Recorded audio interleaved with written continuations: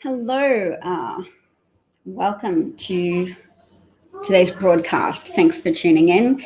And we're going to be talking about the sort of ongoing coup attempt. I called it the first because it sounds from chatter on various conservative-dominated parts of the internet that they're planning more attacks. And that's the reason why Twitter and Facebook and other social media sites have been keen to kick off the Nazis or shut down actively inciting insurrection accounts such as Donald Trump, but also others, so that they're circulating posters calling for violent insurrection on the 17th of January, planning things for the 20th. It's all quite problematic, and I don't feel entirely safe for thinking about Americans. I'm not in the United States. Hello, Alan. But my heart really goes out to all of you living through these difficult times. Initially, I've been glad that a lot of people's eyes are now opened to at least a degree of the spread of fascist-style propaganda and fascist-style thinking amongst those who look to Republicans for leadership. Because it's not just that Trump is a fascist, he has led the Republican Party further down the track of fascism than they were on already. So they were much more subtle and legal in their efforts to disenfranchise Black voters, making themselves more unaccountable as a party, as part of their overall strategy for decades to wind back civil rights and entrench themselves as a white nationalistic party with a disempowered, disenfranchised population of Black voters who would otherwise help a lot more Democrats into power and potentially render the Republican Party politically redundant or perpetually consigned to minority positions. So Republicans already have far more access to power than their actual numerical support would guarantee. I apologize for the noisy children in the background. Hello, noisy children. Do not do that. Not so noisy, please. I'm broadcasting live. And holidays are great. They are great. And so is play, and so is children's noise, but they can bring the volume down a little bit because I need them to. They can do it. It won't constrain their fun too much. Speaking of constrained fun, no, not really speaking of constrained fun, but you've probably all seen the footage now of the police officer being essentially beaten to death with an American flag, amongst other things, on the steps of the Capitol, because I know that footage has been circulating more broadly today, and people have been really zooming in on the faces of those who participated in the attack, who used a crutch, who used flagpoles, who used the American flag to beat I believe he was a DC police officer. We know his name, Brian Seidnick, a veteran, someone who had fought in Iraq and potentially Afghanistan, and had survived war, but who lost his life at the hands of people incited to a level of rage and frenzy by the big lie. So it's great that we all have the same terminology now to refer to what Trump has done in the weeks since the election: incite violence around the idea of a stolen election. That's the big lie. Tell people they've been stolen from and that they have to defend their country, or it will have fallen to communist rule. So Trump and his son and his lawyer Rudy Giuliani and his co-conspirator in the Republican representative Mo Brooks all spoke to help whip the crowd into a frenzy against Nancy Pelosi and Mike Pence. The insurrectionists were sent to Capitol Hill to essentially kill them and as many legislators as they could lay their hands on.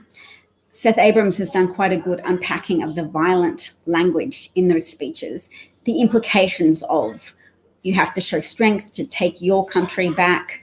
Republicans are weak. They turn the other cheek. No more, enough. All of these logical statements, which when you follow the logic, those people in the crowd were being directed to go and inflict violence on people in the Capitol building. So yes, they beat multiple officers, and you haven't seen, oh my gosh, it was a different officer. It wasn't even Brian Seidnick who died. It was somebody else knocked unconscious and beaten. So they managed to save that person's life who was beaten by so many people. Well, he's probably got pretty serious injuries then. Wow, thanks for letting me know. All right, so the first thing, a New Jersey congressman is bringing charges against Mo Brooks. That's good. Don't forget to wash your hands really well. Remember COVID. Interlocking fingers, please.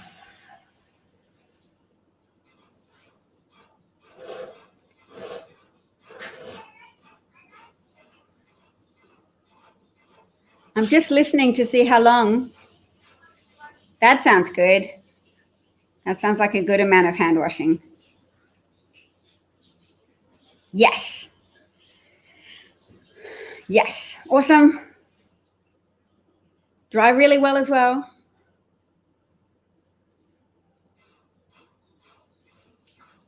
Good job. Okay, can't remember his name. That's all right, we can find it out. In the interim, we will watch this short video, which uses footage of some of the speeches from the 6th, from Trump's Save America by violently overthrowing the Capitol rally. Oh, and we know more about some of the names of people who helped fund the buses to the rally, who helped fund the rally.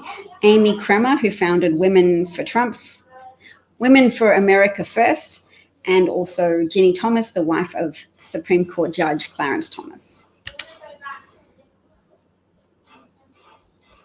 Oh, hang on. Kicking ass. Today is the day Tell me how the volume is. Patriots start taking down names and kicking ass. The whole world is watching, folks. If you just roll over, if you don't fight, we will not go quietly into the night. Let's have trial by combat. To do the right thing, fight. If you don't fight like hell, you're not going to have a country anymore.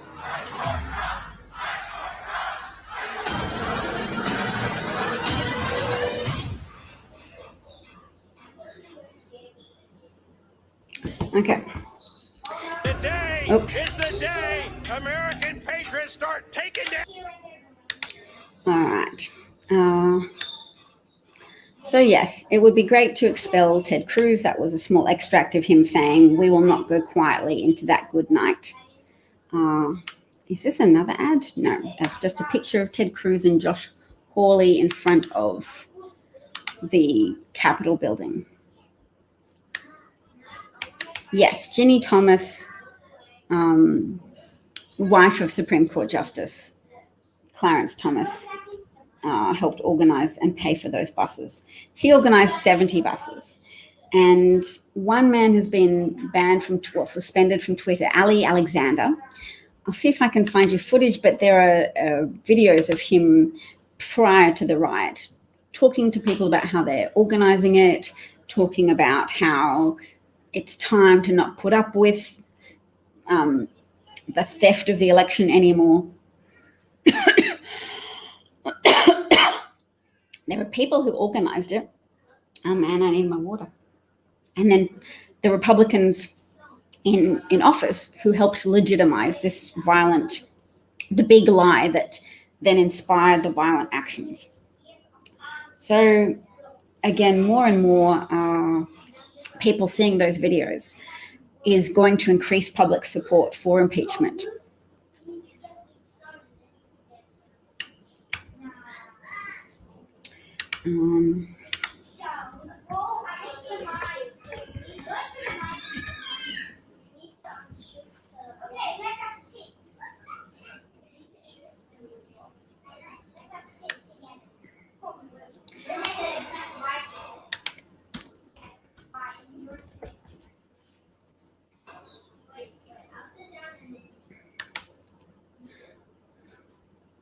Pete, there's one bit of footage on Newsweek. I wonder if it contains a video. Oh no, here we go. Okay. I've got a video by a Republican present during that assault on the Capitol, and he, unlike many of his colleagues, has denounced it, which is important. And he denounces the Republicans who backed Donald Trump's fabricated claims of fraud. All right.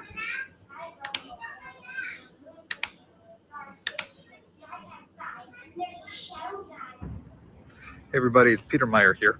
24 hours ago, I was in the Capitol behind me in the House chambers when Capitol Police sealed us in.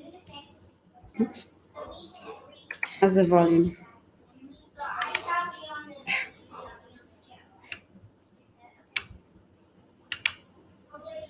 We were debating the certification of Arizona's Electoral College votes. Folks tried to get into the chambers. They'd gotten into the rotunda. Tear gas was deployed. Capitol Police told us to put on our smoke hoods. It told us to get down underneath the chairs in case folks started shooting into there before leading us out, guns drawn to a secure location. For the first time in over 200 years, we lost control of the Capitol yesterday. I've seen folks trying to minimize that, saying, oh, a few windows were broken. 4 people died. There are police officers who are still in the hospital in serious condition. What's more, I've seen others saying knowably, provably false things, claiming, this wasn't us, this was Antifa, this was BLM.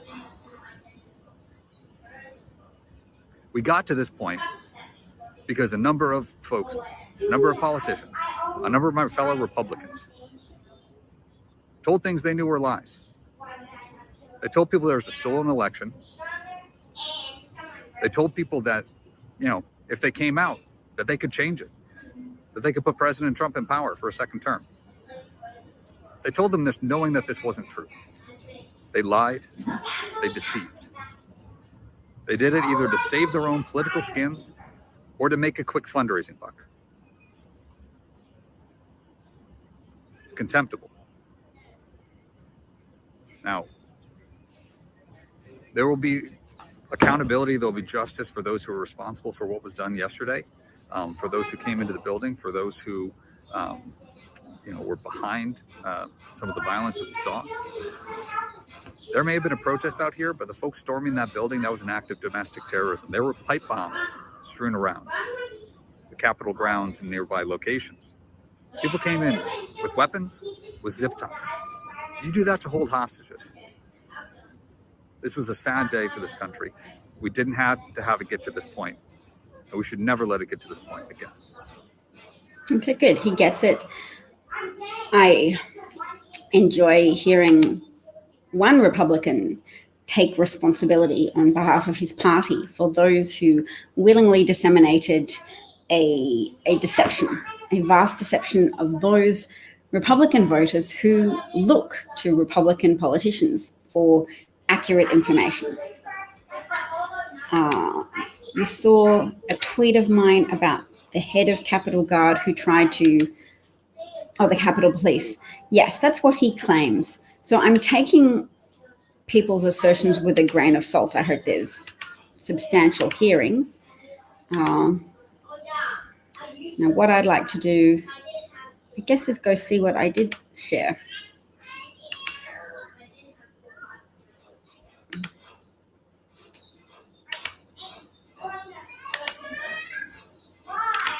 Go to my profile and see what it is that I shared.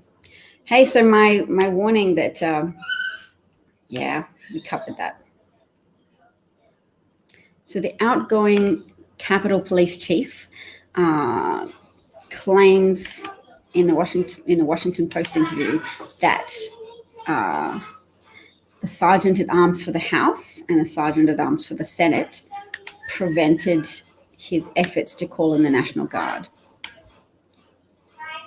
All right, so I'll bring up that picture. Oh, no, you can see that. Okay, so that's him. I'm just going to look at the Washington Post article. That is Stephen Sund. We'll be hearing his name more. He's the Capitol Police Chief. He claims that he was growing worried about the size of pro-Trump crowds.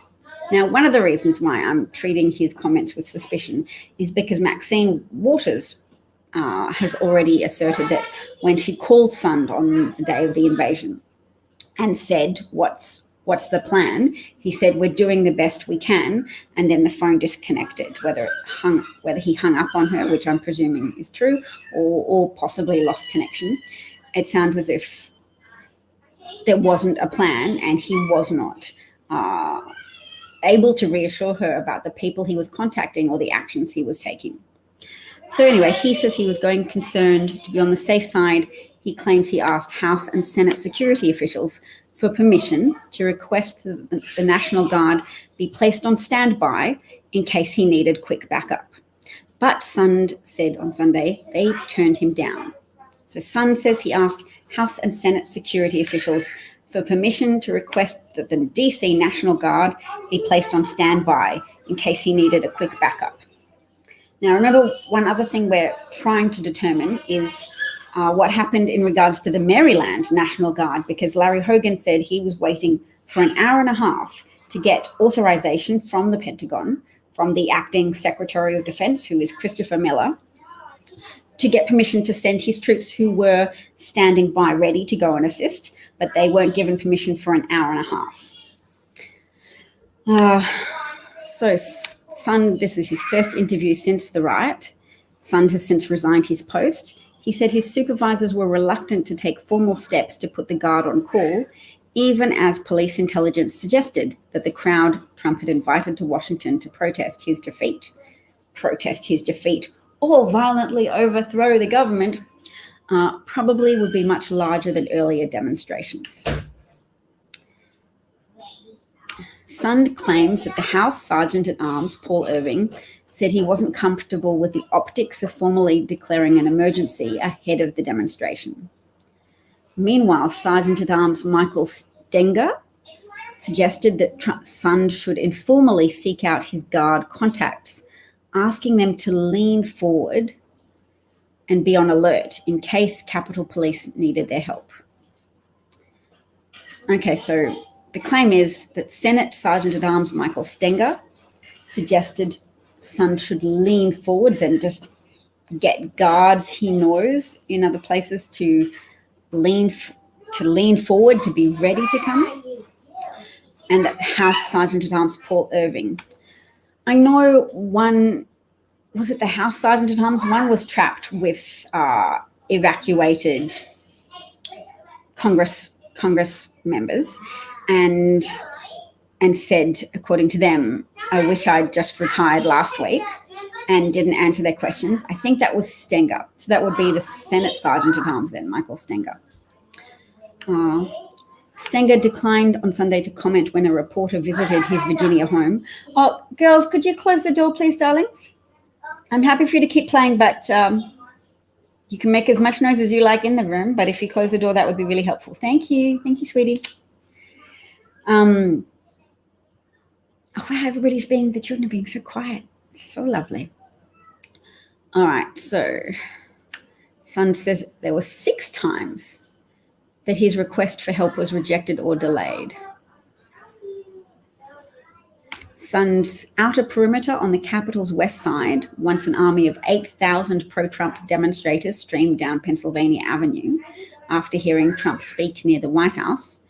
The outer perimeter was breached within 15 minutes, and with 1,400 Capitol Police officers on duty, the forces were quickly overrun. If we would have had the National Guard, we could have held them at bay for longer until more officers from our partner agencies could arrive, he said. All right, I will share this article with you because it looks like they have a video. All right. In the Washington Post about their current understanding of how this works. I'm expecting this understanding to be an evolving matter. The Capitol Police treated this as just another regular Sunday protest outside the mall or downtown Washington, and that there were not significant reinforcements on hand. This was not any special plan other than putting up bike rack and barriers as a show of force to keep protesters away. There were numerous warnings going into that Wednesday at 2:15 when the breach occurred. Many days of warnings Who's country? that the president was urging his supporters to go to the Capitol. All of us here today do not want to see our election victory stolen by emboldened radical left Democrats, which is what they're doing. Days before a pro-Trump mob stormed the U.S. Capitol, far-right groups posted encrypted messages in online forums threatening violence and plans to smuggle guns into Washington, D.C. Expected turnout for the rallies protesting election results grew to be in the tens of thousands. The groups of protesters were mounting in size. There were people gathering and staging protests to march on the Capitol. This would be something the Capitol Police not only knew, but was repeatedly warned about in conference calls with the mayor's office and the Metropolitan Police Department. According to your briefing with the D.C. Council this morning, you're expecting a larger Trump crowd than previous demonstrations. We will be increasing our visibility around the churches in the area. Obviously, these situations are very fluid when on game day when things are happening, but we have checked out the area, the footprint where the demonstrations are expected. So we will be increasing our presence down there in the area. As the mob stormed the Capitol on January 6th, the president's supporters overran police, broke through barriers, smashed windows, and entered the halls and offices of Congress. It appeared that the U.S. Capitol Police was unable to stop them. So this is just heartbreaking. I was planning to sit on the sofa and watch the entire what I thought was going to be the entire circus on the floor of the House yesterday, and instead got quite a different show. Ahead of the day's events, the National Guard activated 340 unarmed members to assist DC's police force. Mayor Muriel Bowser specifically requested limited federal agent presence because the city and the Pentagon did not want a repeat of the mass military response to racial justice protests that Trump ordered over the summer. But the city does not protect the Capitol grounds and building. The Capitol Police does. The U.S. Capitol Police have the day-to-day responsibility for the physical protection of the building, the members, and the staff. Primary role of the Sergeant at Arms is to protect members and staff, both in the Capitol and in the state offices. This unruly mob is literally running up the steps of the Capitol, and Capitol Police officers are trying to outrun them, and in some cases are not winning. There were just a few officers at some of these doors, and many of these doors and windows were not guarded. They were locked, but they weren't protected. A cluster of about a dozen people using a riot shield to break open bulletproof glass. It's over! Hop into the people's house and eventually get within feet of the speaker's lobby. It's too late once everyone is in the building, and they're not going through any form of security. You don't know if they've got guns. You know they're carrying, in some cases, pipes and other things. So it's too late at that point. Oh my gosh, I can't believe we're in here right now. After the breach of the Capitol around 2 p.m., the Capitol Police asked the Defense Department for more National Guard backup, but the Pentagon did not respond. Both Maryland and Virginia's governors detailed panic phone calls from Mayor Bowser, asking them to activate their state's National Guard, something the Defense Department had refused to do at that point. I also told them that I authorized the mobilization of the Maryland National Guard and that I was ready, willing, and able to immediately deploy them to the Capitol. However, we were repeatedly denied approval to do so. Around 3 p.m., the Army Secretary activated the entire D.C. National Guard. Eventually, Maryland and Virginia's were too. And later, federal agents from the FBI, Bureau of Alcohol, Tobacco, Firearms, and Explosives, and the U.S. Marshals Service were deployed to finally regain control of a mob that had overtaken the building. All began the next day. The House Sergeant at Arms Paul Irving and Capitol Police Chief Stephen Sund have resigned. Well, let me just say this. Many of our Capitol Police just acted so bravely and so with such concern for the staff, for the members, for the Capitol of the United States. But I think it's clear that there was a sort of a monumental failure, and the Capitol Police, no doubt, are trying to get their ducks in a row to explain how this could have unfolded in this way.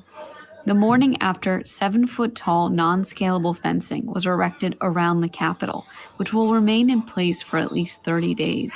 The FBI issued a call for tips to help them identify rioters who invaded the building. These are brave Capitol Police officers, men and women, and they all work very hard and put themselves in harm's way on a regular basis. But I don't know that there's a page in the playbook that addresses presidentially inspired mob. Okay. So I think for me, the critical part there is that confirmation that the Department of Defense was the holdup for a lot of activation of National Guards, particularly from the members from Maryland, and what's the other adjacent state, Virginia. So we know Steny Hoyer was calling Larry Hogan, and Larry Hogan was telling Chuck Schumer and Steny Hoyer that he just needed permission to do it.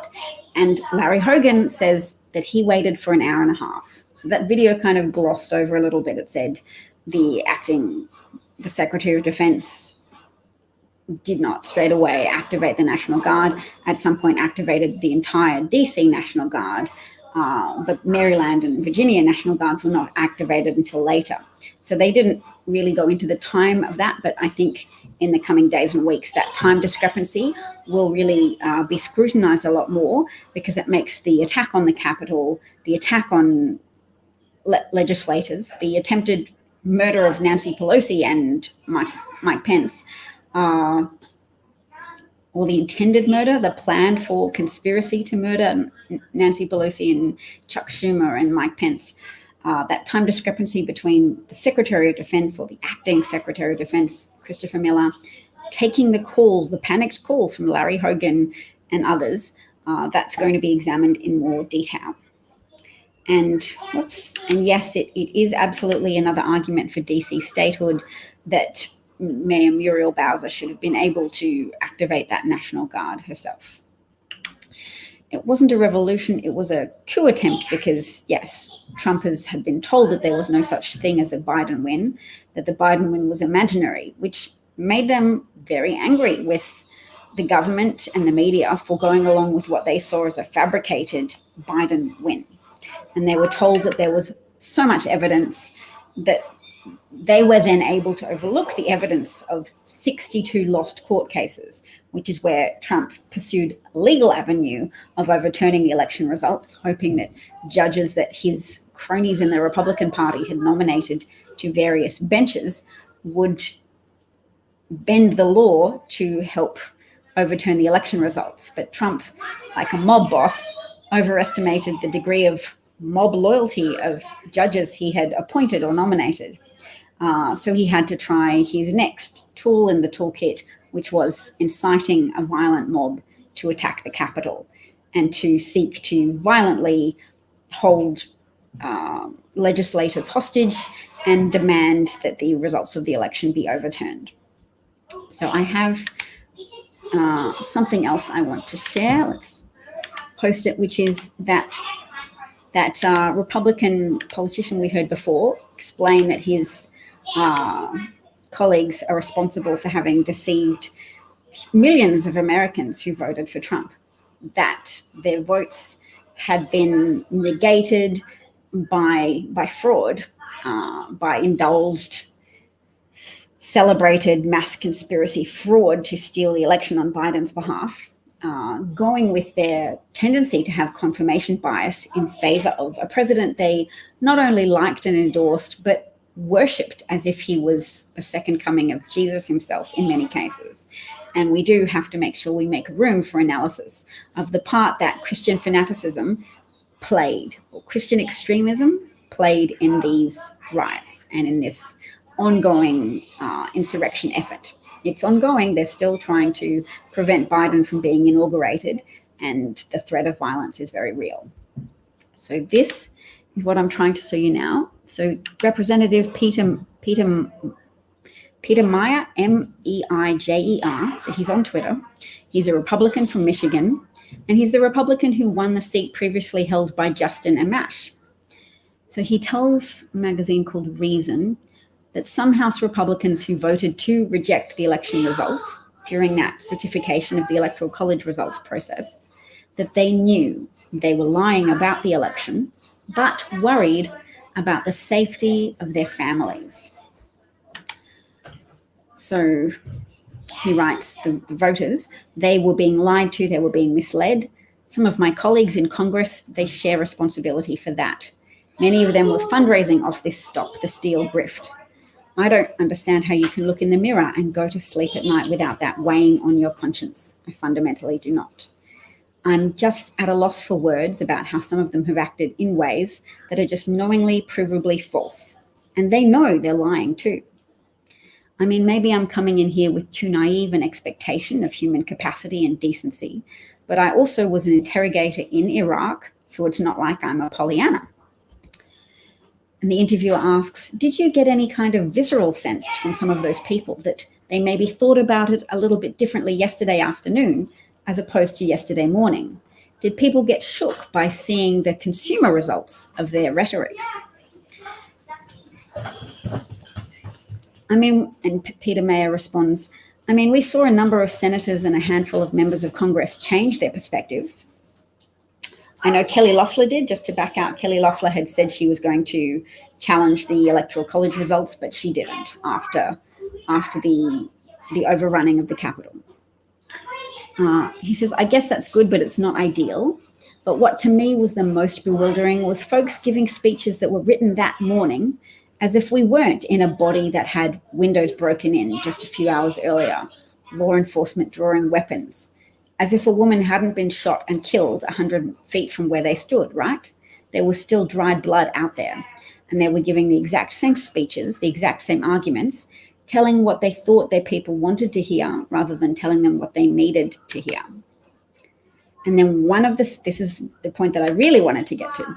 One of the saddest things is I had colleagues who, when it was came time to recognize reality and vote to certify Arizona and Pennsylvania in the Electoral College, they knew in their heart of hearts that they should have voted to certify, but some had legitimate concerns about the safety of their families.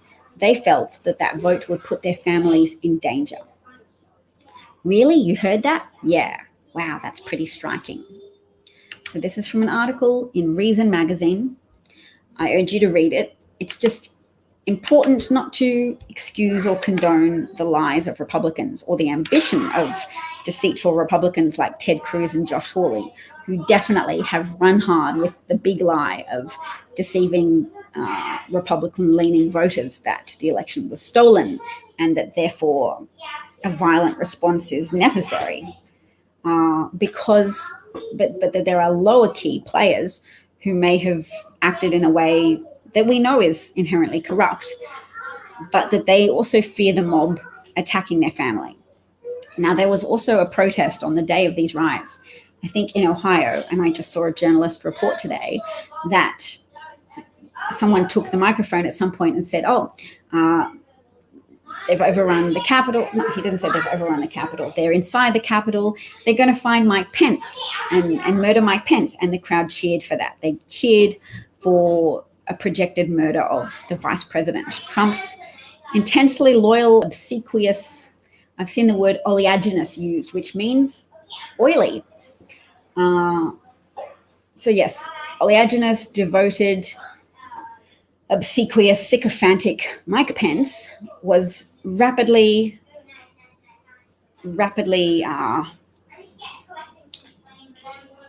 a target for mob hatred because he betrayed Trump. And fascism, if it suffers a defeat, likes to trade off the betrayal narrative. Rick Wilson has talked about that a lot. It's historically true. Hitler talked about the betrayal of Germany, being stabbed in the back, etc. It's a great way to whip people up into a frenzy, to override their logical circuitry and replace it with the more black and white functioning of the id, that capacity of human nature to shrink away from analysis and focus on action when told what to do by leaders who identify for you immediate threats. Your body can just stop evaluating for itself and start going, okay, who do we have to kill to defend ourselves? Just tell me what to do and I will thump, strike, behave animalistically because there's an immediate threat. We have the leisure to be more superego focused when things are more peaceful, but if you're told things are being stolen, the election's being stolen, but not just stolen by communists who will reorganize your society and potentially threaten your life and the life of your families. So that's what's being told to Republicans right now. And Republican politicians are using the reactions of social media platforms kicking off Trump to try and cement that persecution narrative. The election was stolen from you, communists are overturning things, and also social media platforms such as Twitter and Facebook are enforcing their terms of service. How dare they? What an infringement of the First Amendment right, which actually just guarantees you freedom from persecution by your government, that says your government can't stop you from sharing your political opinions. If the First Amendment holds, doesn't say that you're guaranteed the right to share your opinion wherever you are through anybody's website, regardless of how inflammatory and violence. Phil likes the way I refer to the big lie that Trump and his cronies amplified. I credit Timothy Schneider for that. He did a great job in publishing that piece in the Times that described this more fully and saying post-truth, the post-truth presidency means a pre-fascism presidency, because the minute you abandon truth, you're allowing people with wealth and charisma to sell whatever narratives to the public they can create. And you'll have people who lap it up because of a media that has abandoned the prerogative to insist on truth and to denounce lies. You need the vigilance of a media prepared to discern the difference between truth and fabrication, to not say, well, Republicans say this, Democrats claim that. If they're not policing the truth to a degree, and they're not the government, so you can't accuse them of violating the First Amendment rights if they condemn somebody's comments as being deceitful. But the media abrogated a lot of that responsibility when Trump ran, because they weren't used to someone with no attachment from truth. And they evidently were insufficiently acquainted with history to know that demagogues, despots, totalitarian leaders first attack the media, belittle them, badger them, try and make them the enemy, because truth is their enemy, because accountability is their enemy, because despots like to get on a treadmill where they can exploit their own personal charisma or wealth or perception of wealth to manipulate others and to gain power illegitimately. Power that relishes transgressive politics, the politics of saying, you're politically correct and society says we should do this or not do that or not be racist, but we're going to burn down all of those shoulds and shouldn'ts and just be what we feel we need to be, because we're at risk. We're at risk from all of those shoulds and shouldn'ts. We were told we should be nice to migrants, and then we had 9/11. We were told we should tolerate this, and then we had other attacks. These people want to be liberated, to be without constraints, because their perception of risk was inflated by a real historical event of foreign terrorists getting to enact an incredibly destructive, threatening act of violence on American soil. Not just the 3,000 lives that were lost, but literally toppling 2 tall buildings in America's financial district of New York, trying to cripple the American economy, using planes of Americans as a weapon against American buildings and American institutions, trying to attack the Pentagon, trying to attack Capitol. There was a plane. Which flight was it? Flight 93? Republicans would always bring that up, as in, look at Americans sacrificing their lives to protect the Capitol.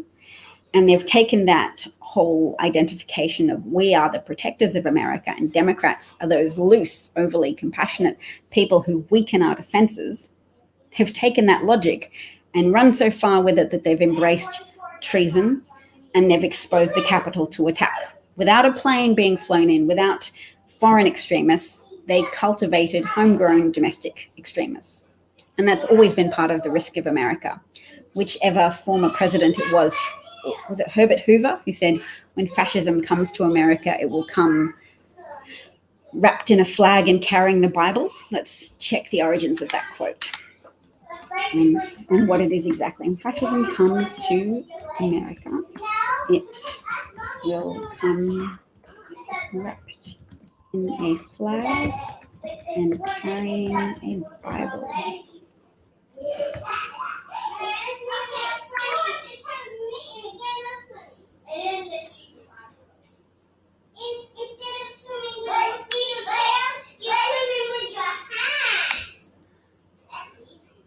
Okay. All right, I don't think anybody necessarily knows. People attributed it to a writer called Sinclair Lewis, who wrote a novel called It Can't Happen Here.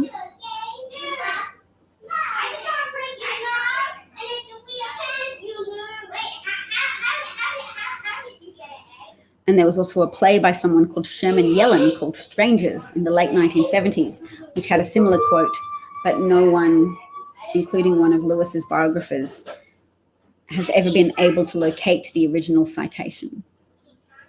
Other variants come from someone called James Waterman Wise Jr.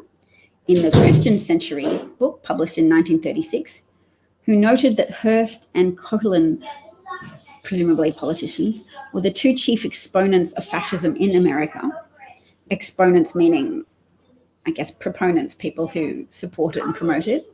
If fascism comes, he added, it will not be identified with any shirt movement, nor with an insignia, but will probably be wrapped in the American flag and heralded as a plea for liberty and preservation of the Constitution. Ooh, that's a bit prescient, isn't it? I'll share that page with you so you can see.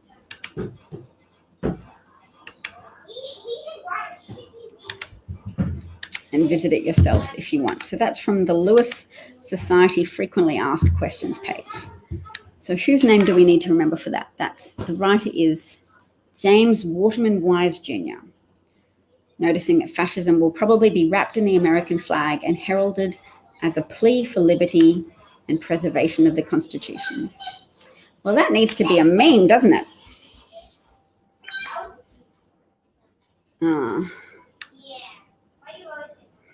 All right. Oh, there are also some headlines I want you to look at from Grace Meng. She posted some pictures of the room in which she was hiding with other politicians. She is representing New York's 6th Congressional District. Oh, sorry, Alan. Why am I ignoring you? What have you said? That one?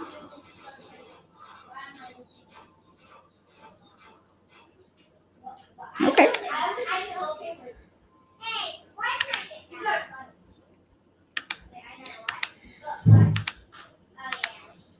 All right, so this is Grace Meng.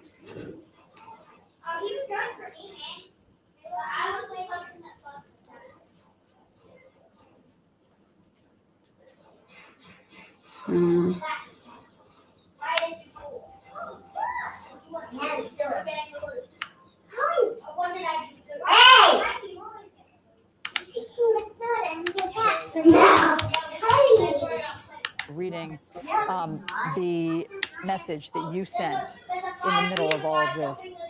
You wrote, there were more officers here for Black Lives Matter protests. Protesters today broke into the People's House, tore down barriers, damaged property, and fired shots. I've never been scared for my life during Black Lives Matter protests. I was terrified for my life today. I said goodbye to my family, and I'm still hiding. Can you just tell us what those hours were like? Well, thank you for having me. It was very frightening. I was actually in a room that was close to the House chambers, but not in the House chambers. And when I was in this room, I started hearing that buildings like the Cannon House office building were being evacuated. I started hearing alerts on the announcement system to stay away from windows and doors. And within about 10 or 15 minutes, the room that I was in, I started hearing a lot of stomping and chanting right outside. And I happened to have the TV on, and I realized that they were literally right outside my door. And so I was really frightened. I did not feel that someone could come and get me in time had they been able to break through. So I barricaded and moved a lot of furniture that I was physically able to and tried to barricade the door. And how long did you have to stay like that? I waited for a few hours, I think over 5 hours. And when you say that you said goodbye to your family, what was that conversation? Well, I texted them and I did a quick phone call. I didn't really want to talk out loud. I had to turn off the lights and turn off any sound. I was watching the TV on mute. And I just texted them that I love them. And what did they say? Well, they sent a message back. We did it via voice notes because we didn't want to talk too loudly. And they said the same thing. And then we said that we were praying for each other. And what did you think? How did you think this was going to end? I had no clue. I had seen and heard that people might have weapons and that they were very angry at lawmakers on both sides of the aisle. And I honestly did not fully expect that they would be able to, in such a quick amount of time, be able to break through the barriers and come into the people's house. The pace of them being able to infiltrate our Capitol was not expected. Yeah, by anybody, apparently. Who do you blame? Well, not anybody. There were lots of amateur people who were reporting to the FBI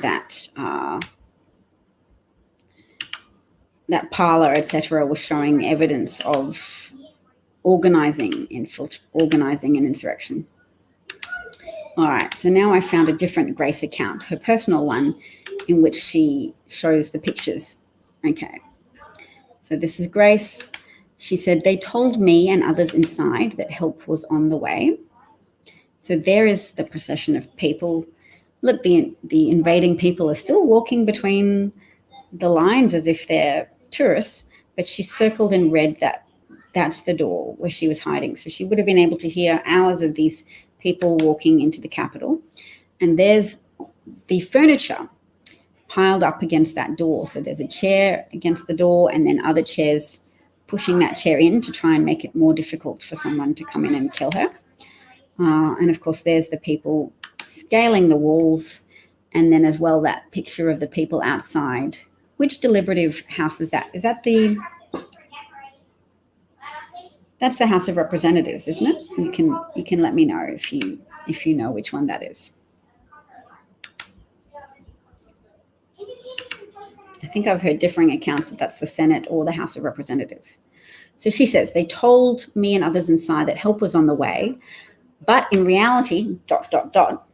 there needs to be a top-down investigation of this attempted coup. And she's collected some headlines here. One that says the Pentagon blocked the DC National Guard from receiving riot gear or interacting with protesters without explicit approval from Trump's defense secretary. So that's published in Business Insider, published January the 8th. ProPublica noted Capitol rioters planned for weeks in plain sight. The police weren't ready. Insurrectionists made no effort to hide their intentions, but law enforcement protecting Congress was caught flat-footed. And there's a photo down the bottom there of, I can see some police with riot helmets and also a lot of Trump supporters in there as well. What do we call them? Trump rioters? Trump agents? Trump agitators, perhaps. Capitol Police rejected offers of federal help to quell mob. This is why we need a hearing so that we can attach evidence or phone call records, etc. Maryland Governor Larry Hogan, as we've heard before, he said in a press conference that the Pentagon repeatedly denied approval to send National Guard to Capitol. So that was published in Forbes, if you want to Google it.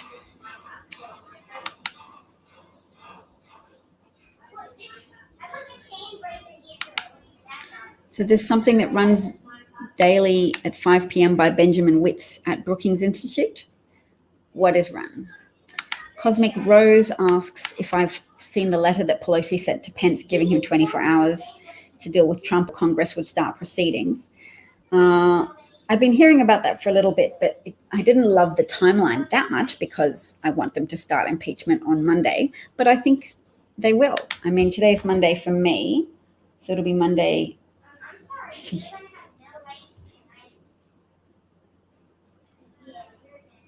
Sorry. Must stay in touch with mothers of children who are on a play date.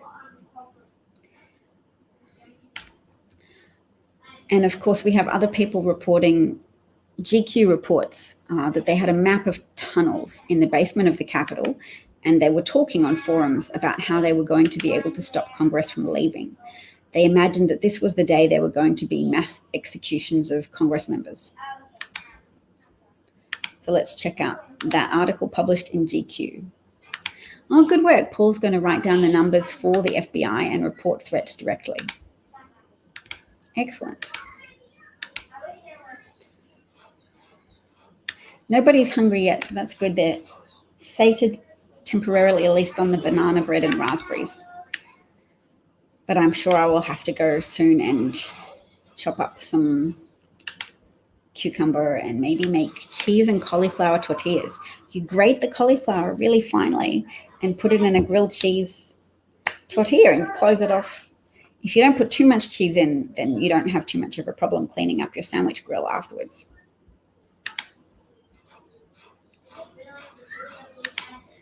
All right.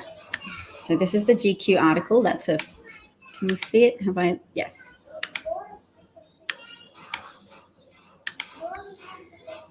In lieu of actual fun, you sent me a link on Twitter. You thought they did a show on fascism. I don't recollect you sending me that link, but, okay, Maryland. It's pronounced more like Maryland. Maryland?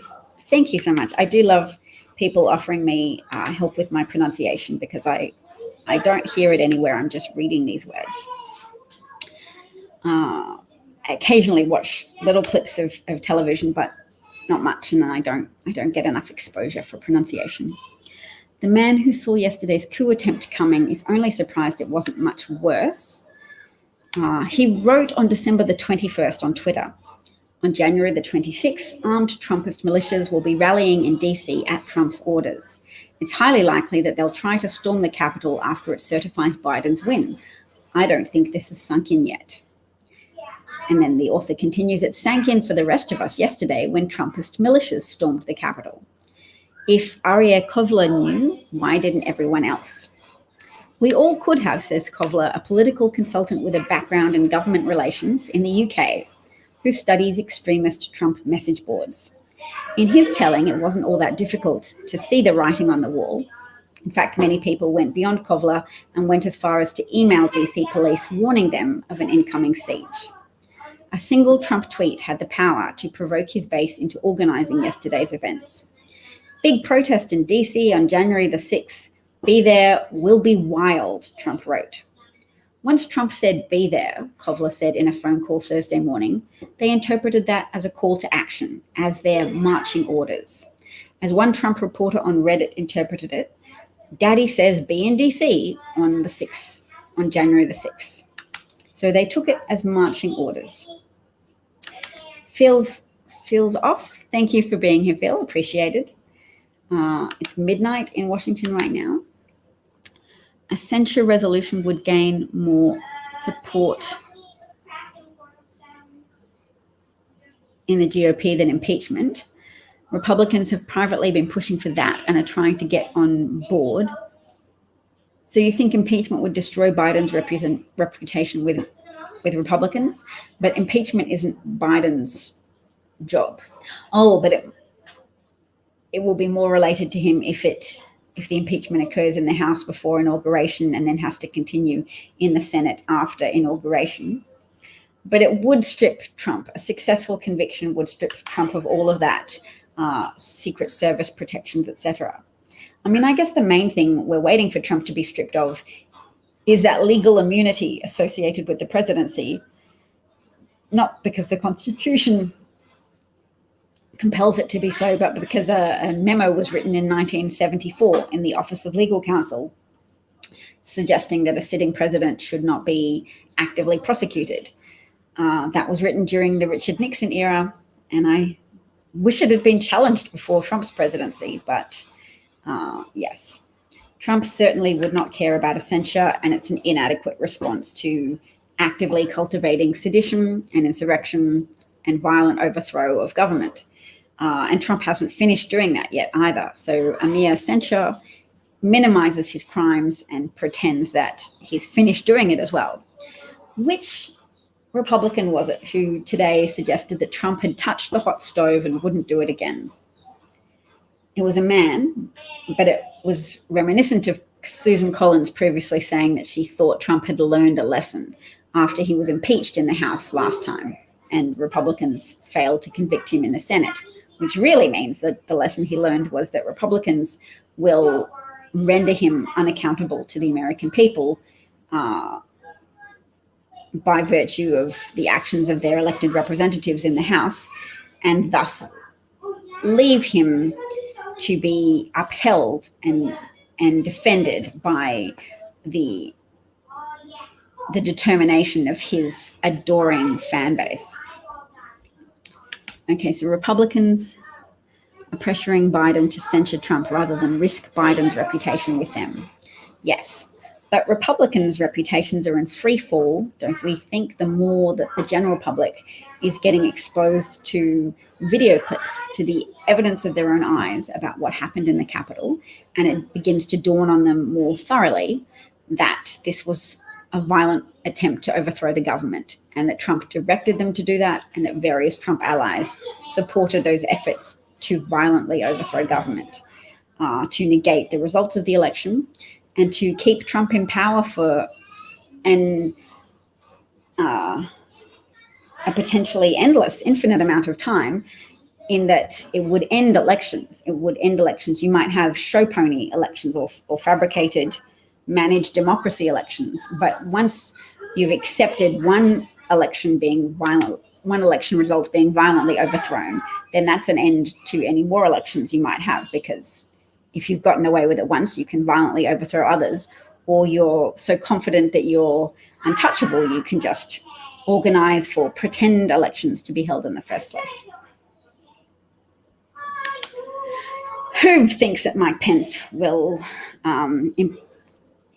do the 25th Amendment? Remember, it only would take Trump out of action for 4 days anyway, because after 4 days, the Constitution gives the president the right, if he's conscious, to appeal any stay on his powers, and he would be back in power.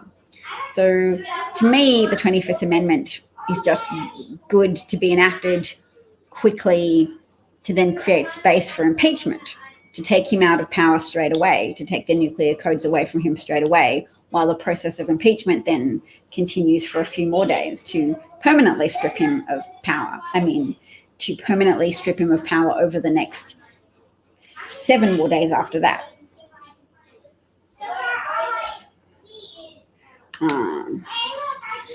Yes, Cosmic Rose is pointing out that impeaching him and convicting him brings us closer to a point where it could prevent him from running again, although Daniel Dale asserted on Twitter that it's false, that impeachment and conviction would prevent him from running again, that would take a second resolution from a 2/3 majority of the Senate.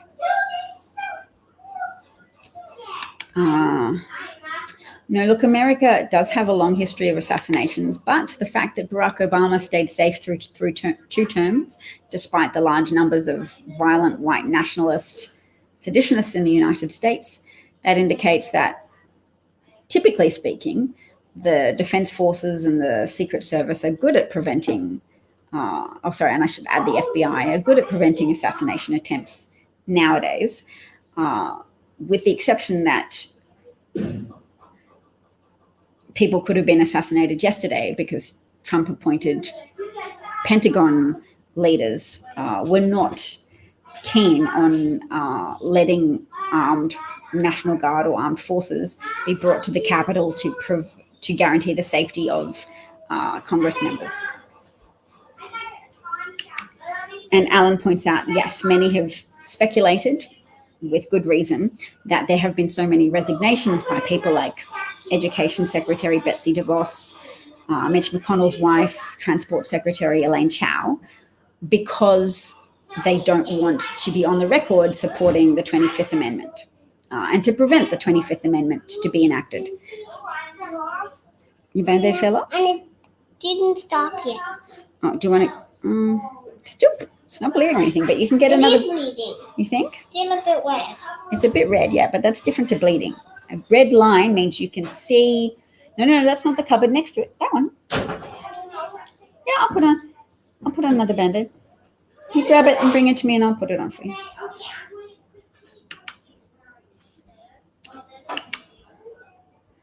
All right, so scariest. You don't really need antiseptic anymore then. You want me to go? You don't need it, sweetie. That's not that. I'm coming, but I'm just telling you, you don't need it.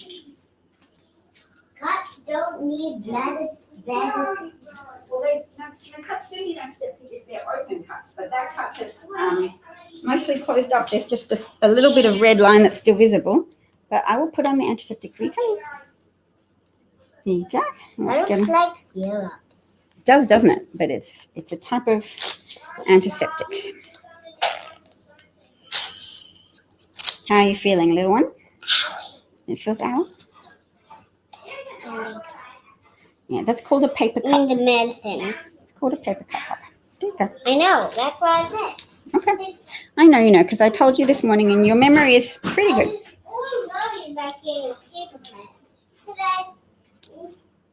That's why I don't read books so much, because then I get a paper cut.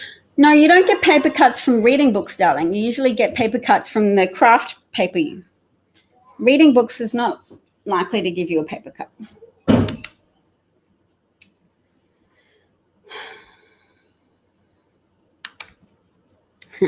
Sheldon's a big fan of the interview.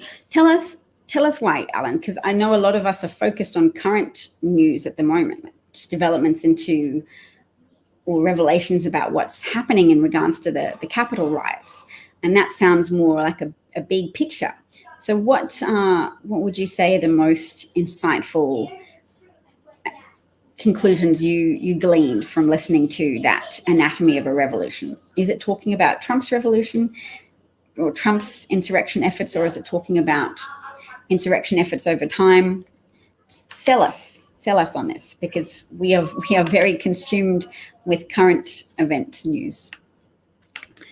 So to continue back to this GQ article, which contains a lot of the insights pre-published on Twitter in December by a UK, what is he? He's a professor of something, a political consultant with a background in government relations. Sorry, not a professor, a political consultant who monitored pro-Trump message boards.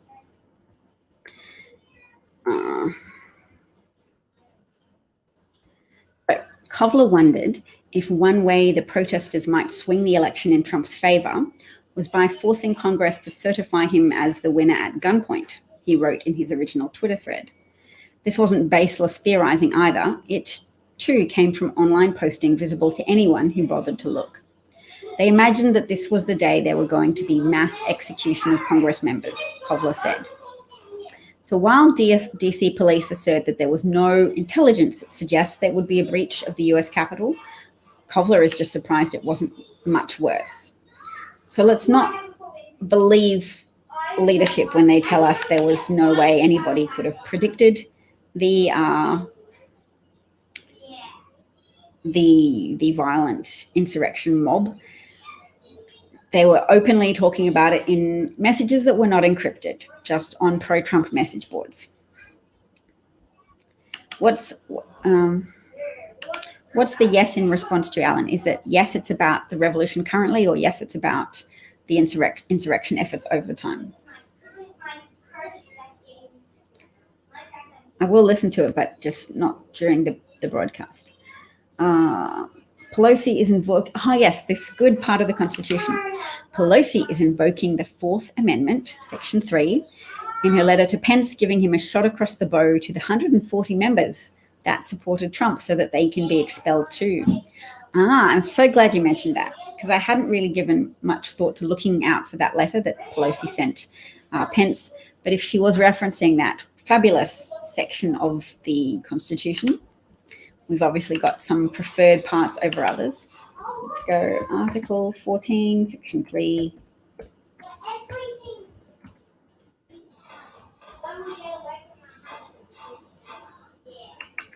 I'm looking at constitution.congress.gov, and we'll share that.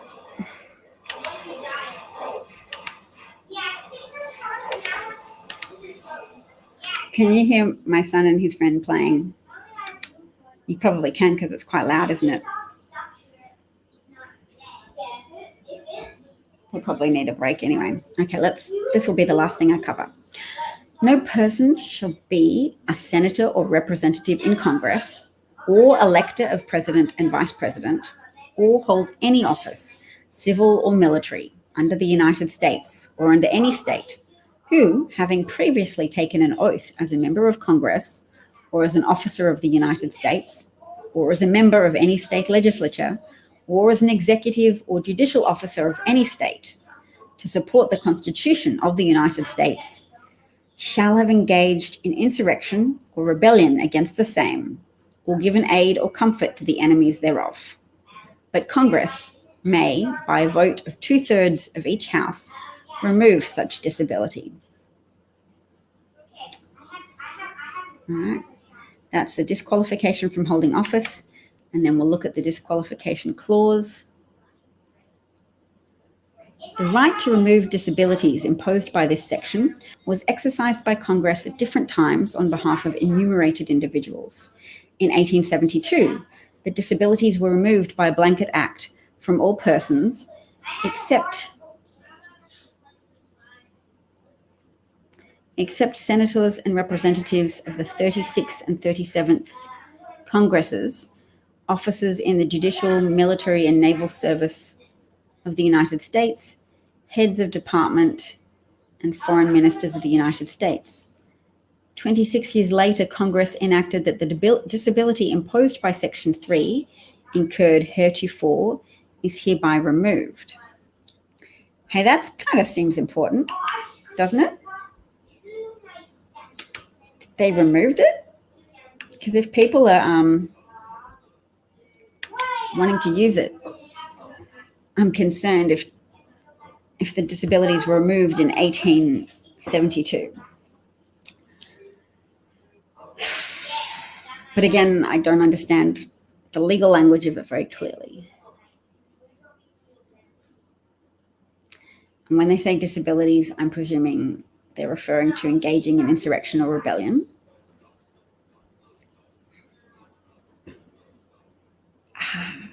I want to talk to an expert about that.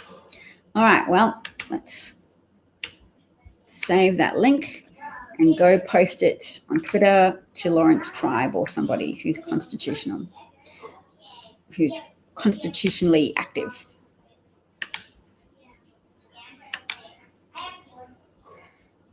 Paul loves the sound of children playing. That's good. I came across yesterday, I didn't come across, sorry, somebody sent me an article called 5 Tips on How to Better Your Broadcasts or Your Live Streams. And one said, people associate reliability and credibility with good sound quality. So that helped increase my motivation to address sound quality issues that I have. I know it was awkward for people yesterday or the day before when my microphone was not turned on at some level. I unplugged it, I ran diagnostic tests, plugged it in again, I flipped a lot of switches on and off. I enacted privacy settings that I then had to remove again in order to run diagnostic tests on the microphone, and eventually, however I did it, it became functional again. How did I do it? I think there was something that was turned off somewhere, and I just can't remember what it was. All right, everybody, I'm going to go hang out with some children. Thank you for spending this time with me, and good luck. Get some rest. America still feels in fairly difficult danger. 9 days left. The election is in the bag. Why are Democrats not acting victorious? Pumpkin. Democrats have been victorious for months. Joe Biden won the election. It was pronounced by media outlets that were calling it on projected outcomes in various swing states as early as, what was it? Was it November the 9th or November the 11th? I mean, we all lost a lot of sleep till it was finally proclaimed as a Biden victory, because Fox News had called Arizona, but the other networks were more cautious. And then there was another state we were waiting for to bring Joe Biden's tally over the required 270 electoral college votes. It got to 304, and then the election was called for Joe Biden. That was in November. But since then, there have been months and months of insurrectionist rhetoric from Trump, who has failed to concede Joe Biden's victory. Many Republicans went along with that publicly for 2 months. Mitch McConnell took 2 months to concede that Joe Biden had won. Lindsey Graham conceded it only after the violent assault against the Capitol and the death of a police officer who was hit in the head with a fire extinguisher. We've seen footage now of another police officer get beaten with the American flag and a crutch and flagpoles and a baton, but he evidently hasn't yet succumbed to his injuries, so there's hope that he will recover.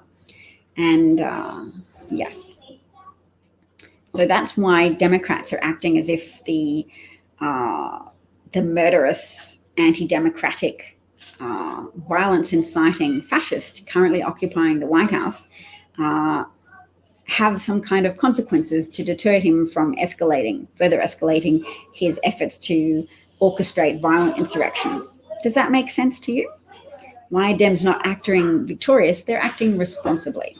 The person who isn't acting responsibly is Trump and all the Republicans who still failed to promote mask wearing, even as the daily death toll from coronavirus in the United States has exceeded 4,000 a day. So that's higher than the death toll from 9/11, which was a terrorist act and so very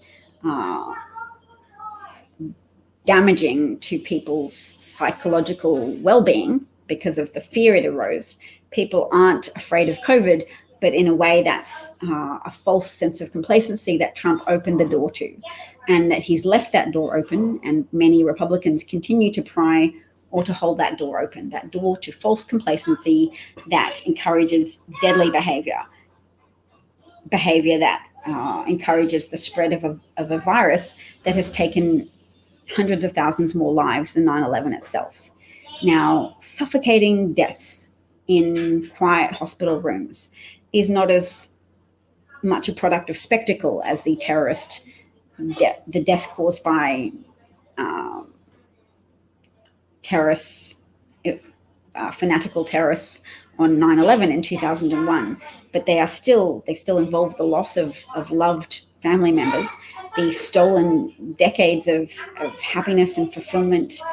When you take somebody's life by being criminally negligent of their existence and the existence of others, you are robbing them of so much. And so many families have lost loved ones, but those loved ones who've lost their own lives have essentially been murdered by the Trump administration and his cronies in the Republican Party, who are pursuing power in such an unprincipled way, even now, that they're still seeking to promote a narrative that they're oppressed by social media giants, as opposed to taking responsibility for spreading lies that whipped up American citizens into a delusional frenzy about the election outcome, rather than contend with the actual threats to their health and safety via the out-of-control spread of a deadly virus. Yes, I do. Hunter Biden's a great dude. He's struggled with drug addiction. He was appointed to Burisma on the board of it. He has a law degree and has worked in nonprofit agencies. I'm happy for Hunter Biden to have made $50,000 a month in a job that he was qualified for, being a lawyer with nonprofit experience. So no experience in the energy industry, but he was there to help promote accountability and to be a signal that corruption was going to potentially end in that company. And yes, his father's good name helped him get in that role, because many Ukrainians were very grateful to Joe Biden for having helped coalesce international efforts to bring an end to corruption in the Ukrainian government by helping create international pressure for a corrupt prosecutor, Viktor Shokin, to be ousted from his position, because he'd been placed there to attack corruption, to prosecute corrupt CEOs and corrupt members of companies who were doing deals with the government and deals with Vladimir Putin and that sort of thing. And Viktor Shokin wasn't. He was facially talking about corruption, and in real terms, he was delaying prosecutions and stalling, etc. And he needed to go in order for Ukraine's reputation to be enhanced around the world, and therefore to increase the opportunities for international bodies to invest in Ukraine, thus increasing the health, safety, and happiness and prosperity of Ukrainian citizens. So Joe Biden led those efforts in his position as vice president under the Obama administration, and Ukrainian gratitude to Joe Biden extended towards his son as well, which is fair enough. They associated his son with the type of principled behavior exhibited by Joe Biden over the course of his life.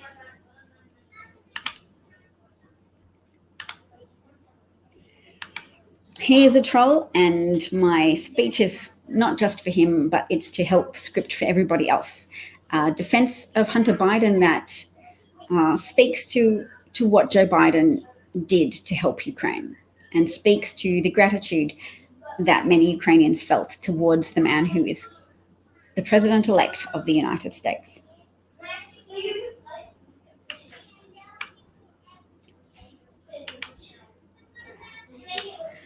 Play the United anthem before the broadcast. Will Trump stage another attack? I'd say it's very likely. Cosmic Rose. Anna Guzik has lived through fascism and her family escaped Hitler. You vote for a minute of music to give you time to arrive before I start talking.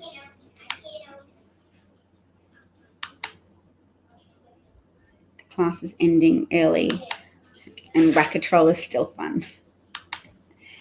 All right.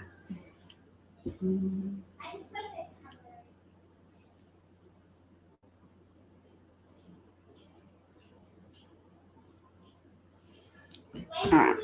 Goodbye, everybody. Take care. Take care of yourselves. And maybe I'll play God Save America sometime. What's your preferred anthem-y song? The national anthem? We'll try and play that for a few seconds next time, perhaps. Cheers, everybody. Take care. And Alan, I will go and listen to that recording of Anatomy of a Revolution on YouTube, a discussion with Anna Lind Guzik. All right. All right. And what are we going to do? We are going to potentially look up that 14th, what's it called? You can go to constitution.congress.gov, look up the 14th Amendment, Section 3, the disqualification clause. So potentially you can join me in asking constitutional scholars what that disqualification clause means, because it's It's important to know. Thanks, everybody. Take care. Yes, we know it's about sedition, but there was this tiny extra bit at the end. So when I looked, so I went backwards. So there's the first part, the disqualification from holding office, and then there's a disqualification clause that to me seems to intimate that some of it's been removed. I want to know what was removed in 1872. Maybe it was just limiting that that amendment, Section 3, to apply to everybody except for senators and representatives and officers in the judicial, military, and naval service of the United States, heads of departments, and foreign ministers. I want to know who it applies to and under what circumstances. It was the 14th Amendment and 3rd, Section 3. Oh, the song Sedition. We could play that by Randy Rainbow. Yes. All right, everybody. Take care. Bye-bye. I'm going. Bye-bye. Bye, Alan, Paul, Sheldon, Cosmic Rose, cool photo. Jeff, take care.